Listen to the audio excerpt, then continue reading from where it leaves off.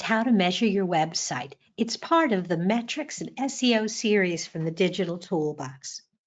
And my name is Lorraine Ball, and I'm going to be your instructor. And I'm full confession, I'm a bit of a numbers geek, and so I love this stuff. But I also know that most people really don't love the numbers. That's okay. We're going to help you identify just a few numbers that you can use to measure your marketing. But you do need to measure your marketing. We've been asking business owners this question for a decade as part of our digital marketing study. Do you measure the ROI of your marketing? And I am appalled every single year that almost half the companies we talk to tell us they don't measure. That is, in my mind, a special kind of crazy, because if you hired someone and you were paying them to do a job, of course you would check up on them from time to time to make sure they were doing their job, right? Well, for many of you, the time and the effort that you're spending on your digital marketing is the equivalent of almost a real person. And you have to hold that marketing accountable. Otherwise, how will you know where you're using your time well and where you're wasting it? And so let's step back and take a look at what is ROI. ROI is not necessarily a metric specifically for digital marketing, but it is a metric that businesses use to determine if they're spending their money well. And it compares the revenue that you generate and the amount of money that you spend to earn that money. So, for example, it's a very simple formula, really. You basically divide revenue by cost. How much did you make and how much did you spend to make it? For a simple example, if you generated $600 in revenue, but you spent $100 in order to earn that revenue. So you generated $600 in sales, 600 minus 100, that's $500 really in net revenue. That's your profit. And you divide that by 100. You end up with a ratio when you do it this way, 500 over 100, and you end up with a ratio that is, in that case, it's 5 to 1. What is a good ROI? A 2 to 1 ratio is acceptable. A 5 to 1 ratio, which is what you saw there with 500 in profit, spending $100 in sales, in cost to generate it, that's average. You're probably sitting there going, well, that sounds pretty good. But remember that in addition to the cost to generate that specific sale, your business has overhead. You have to pay rent, you may have to pay employee salaries, you have utilities, you may have software subscriptions and equipment, and all of that has to come out of this as well. And so that's why a 2 to 1 ratio is really tough unless you're making a ton of money or you have very, very low overhead. 5 to 1 is about average for most businesses, and 10 to 1 is awesome. Now, the challenge when you're looking specifically at marketing is it's often hard to tie that directly because all of your marketing resources kind of come together. And so it's not necessarily as neat a financial calculation as this, but you can calculate a total ROI for your advertising. So you may not necessarily always be able to take it down to, well, my Facebook advertising generated a 3 ROI and my email marketing was a 5, but you can calculate very simply. I spent in total X amount of dollars. And when you're calculating, make sure you put a dollar value on your time.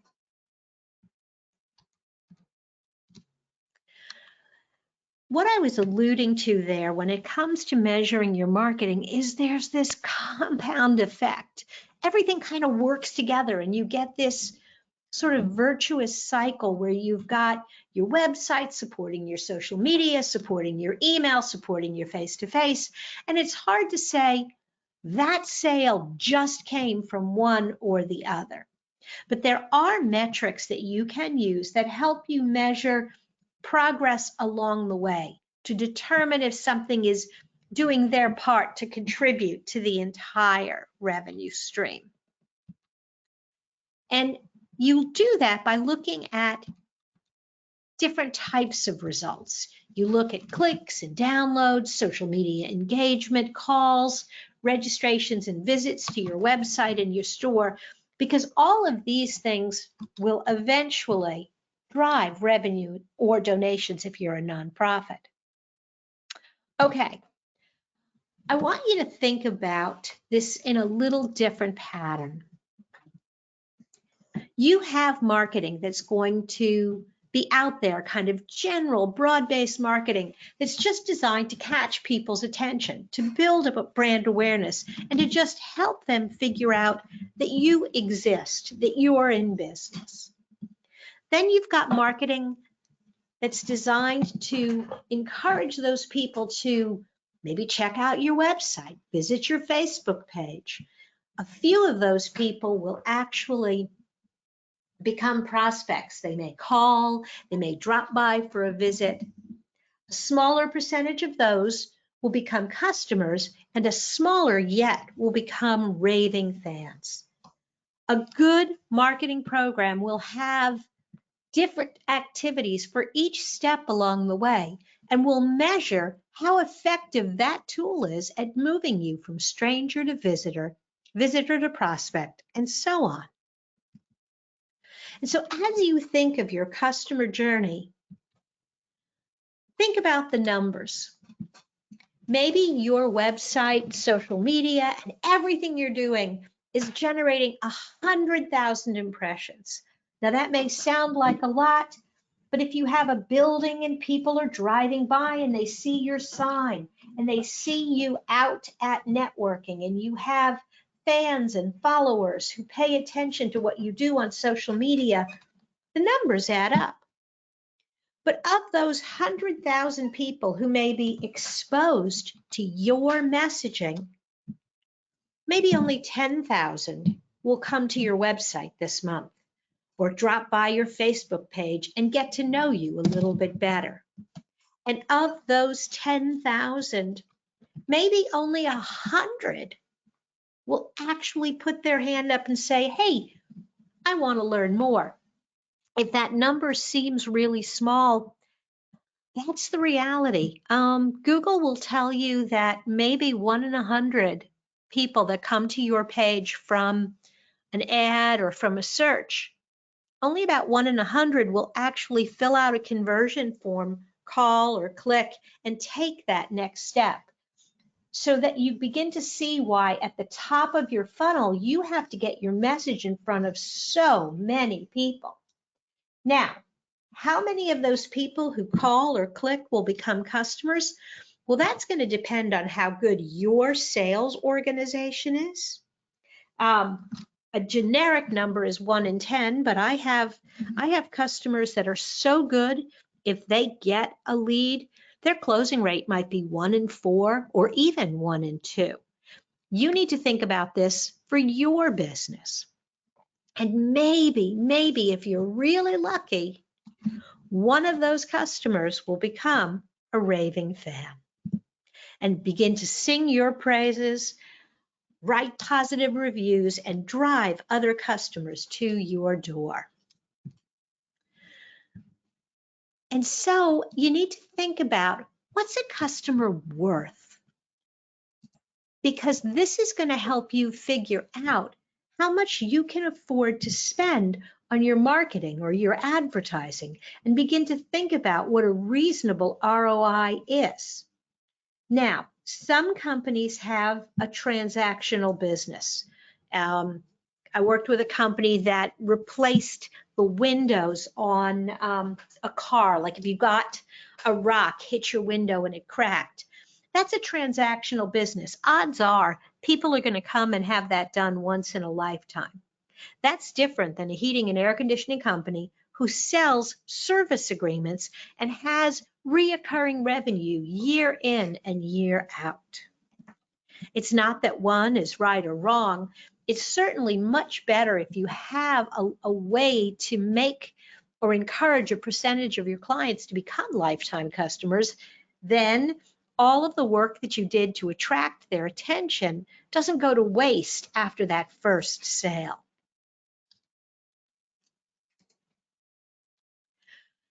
So let's take a look at our pipeline again and look at what it's worth to you to have an interaction at different steps along the way.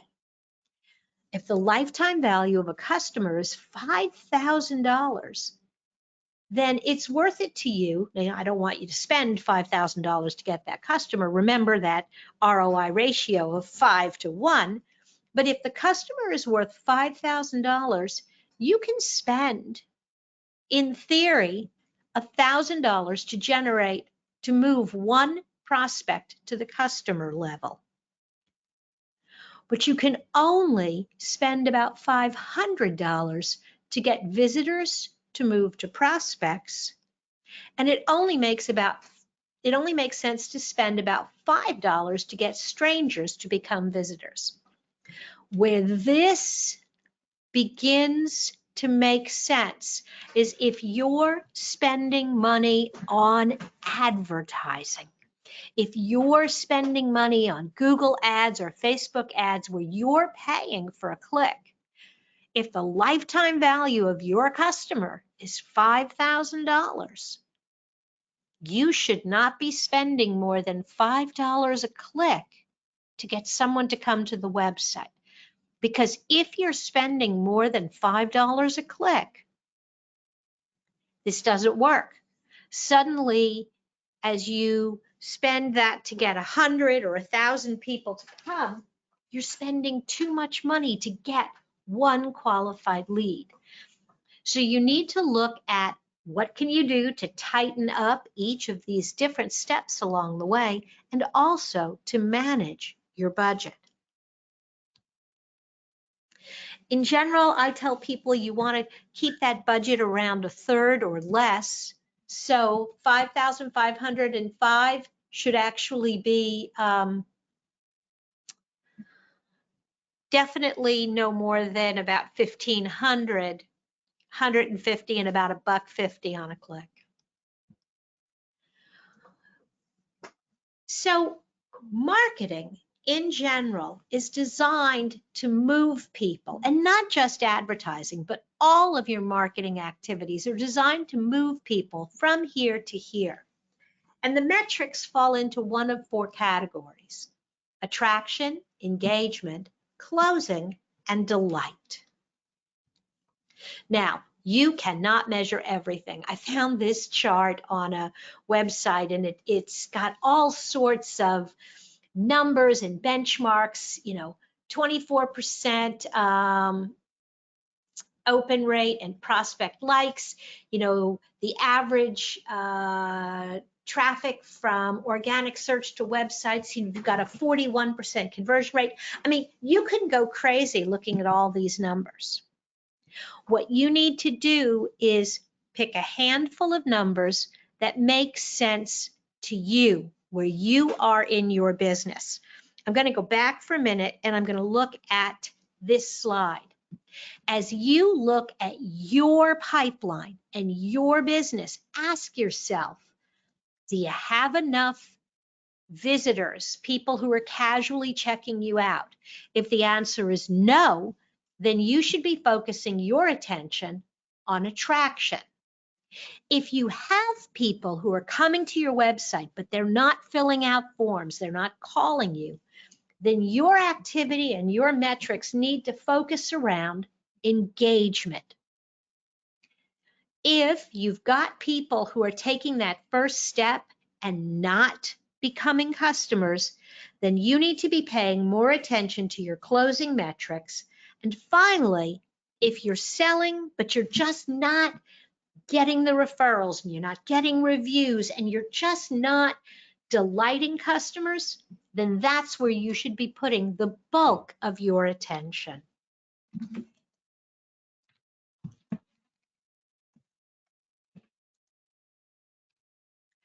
So you want to match your metric to your objective. You want to benchmark against the industry and against your business year over year, and you want to track it consistently.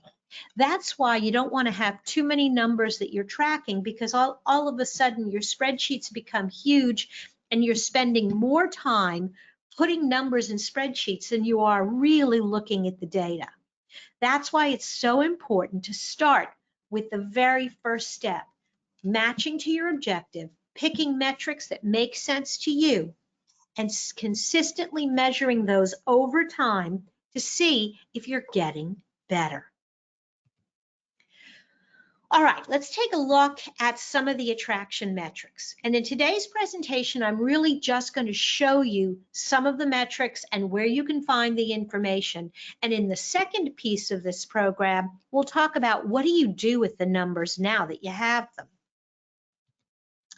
When it comes to attraction, there are three main categories that I think you can focus on: web traffic, social media fans and impressions, and email open. When you send an email to someone, do they read it? Web traffic, my favorite tool is Google Analytics. It's free. It should be installed as part of your website. And if you're not getting this data, you need to talk to your web designer about getting it set up. If you have a WordPress site, there is a nice little WordPress stat package that is included.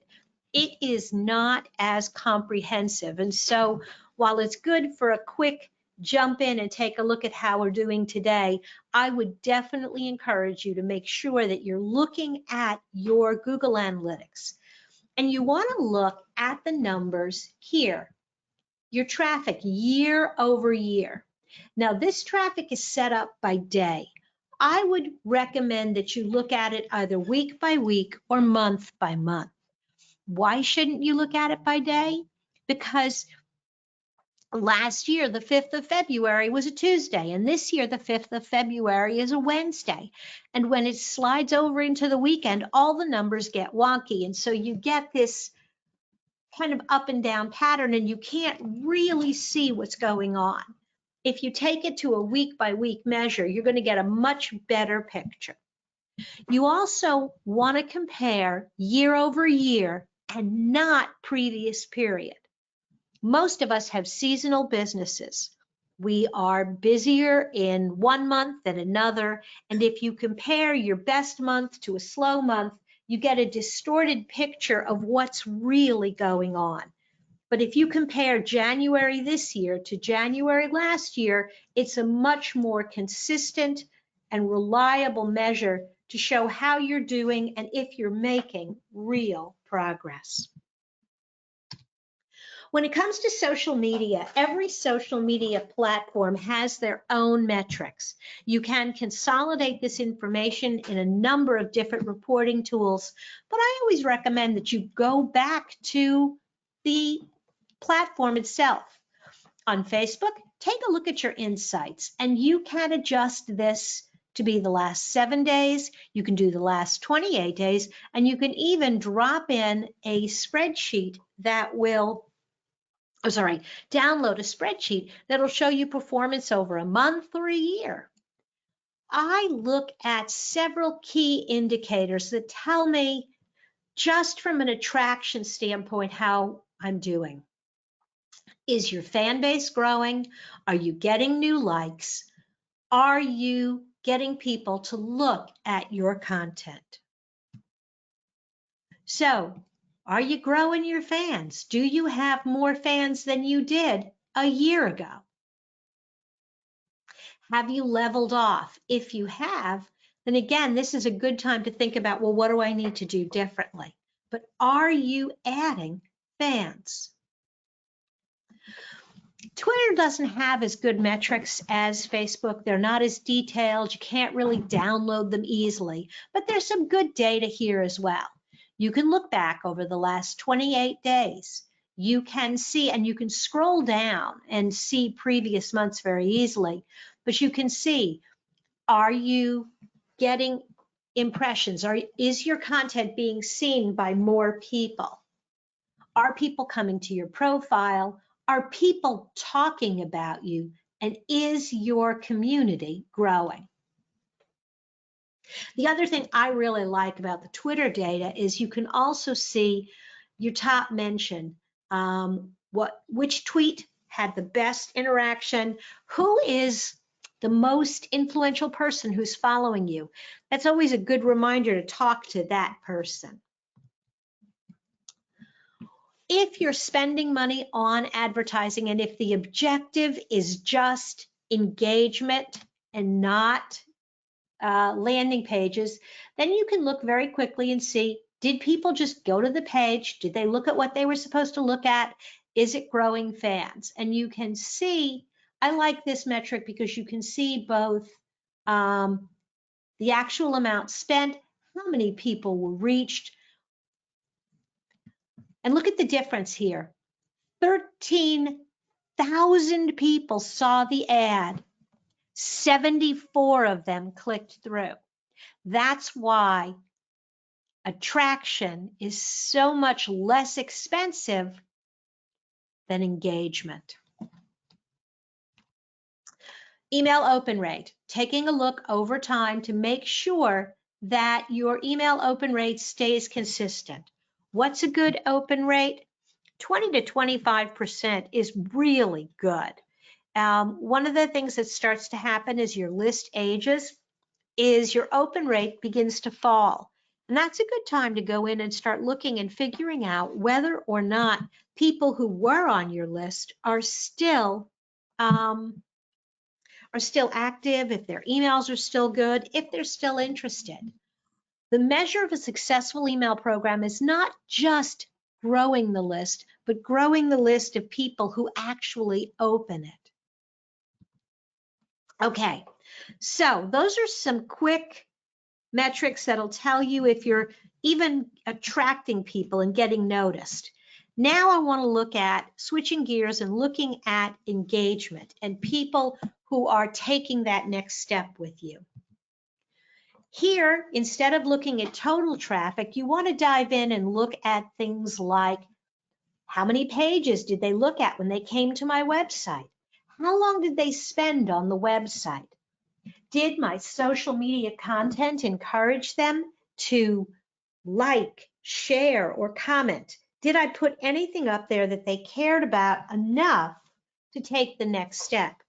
And when they got an email from me, did they click through to the page to learn more? So when you're looking at that same chart we saw earlier, instead of looking up here, what I want you to do is look down here. Focus on sessions, pages per session, page views, and average duration. How long did they spend? You want to aim for green, not red. Red tells you the number has declined. You'll notice that I didn't really pay a lot of attention to the bounce rate. And that's because depending on the page, that number may not be telling you what you really need to know.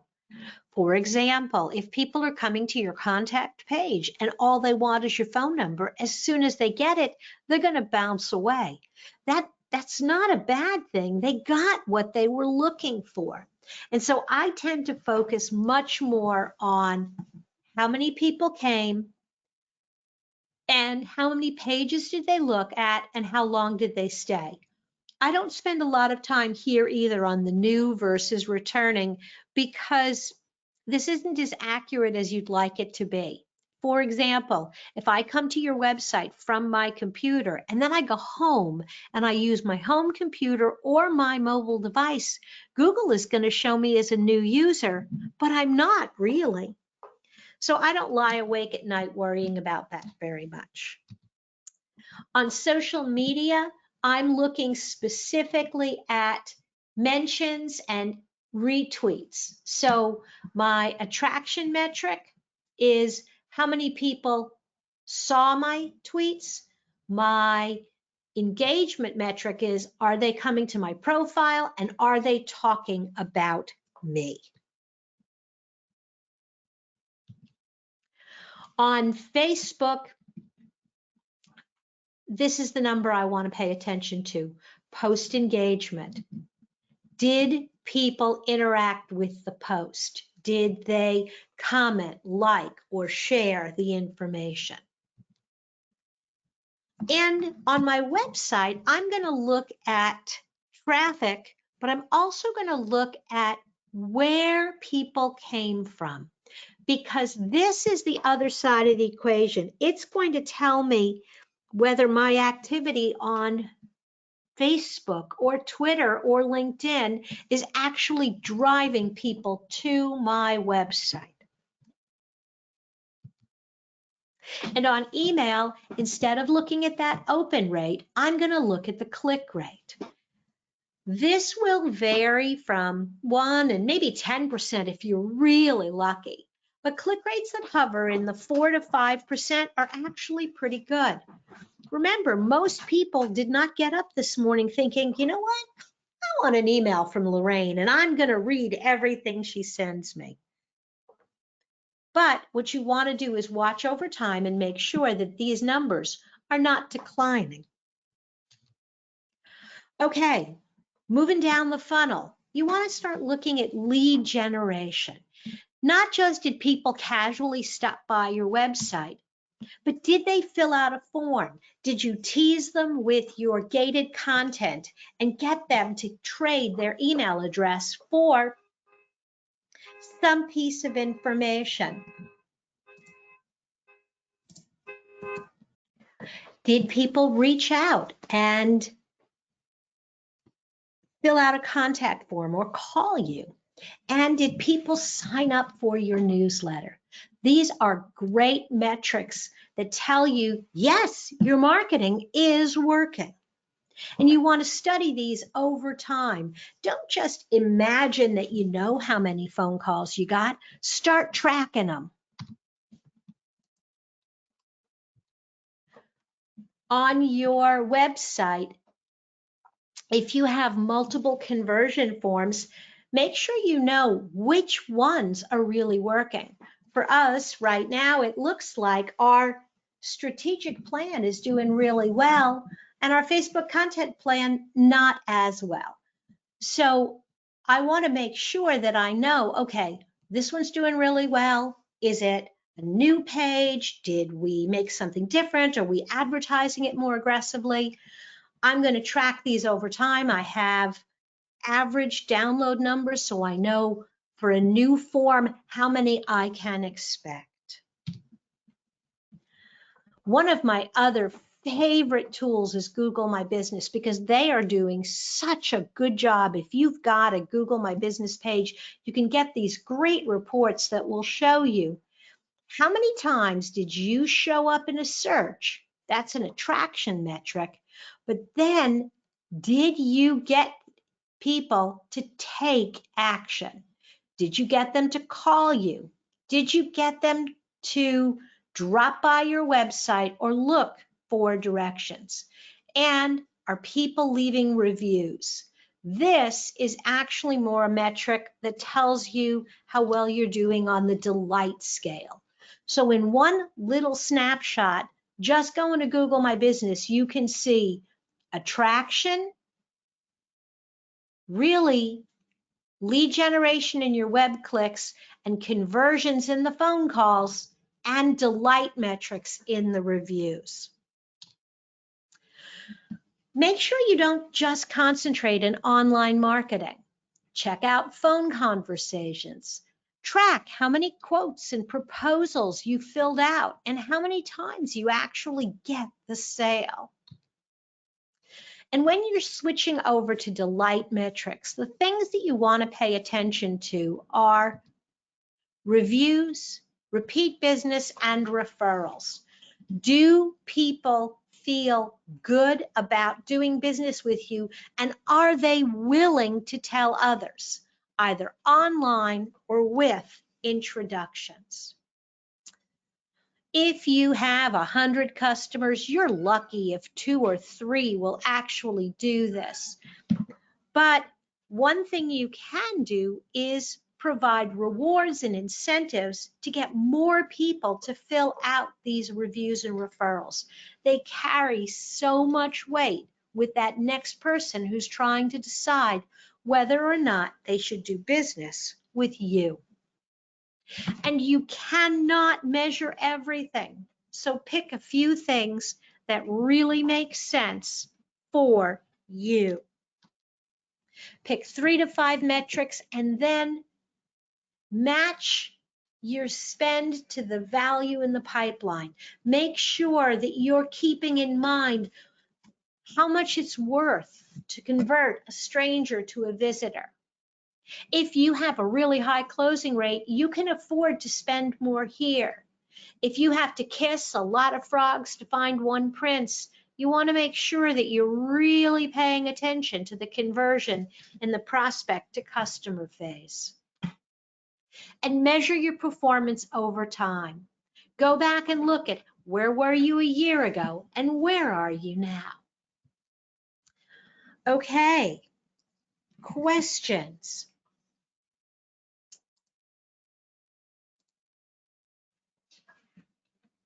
I want to thank you for joining me today, and I want to remind you that this is part of the digital toolbox, and you are, once you register for this program, you are automatically a member of the toolbox, and I hope that you'll come back for this and other sessions. Thanks again for joining me.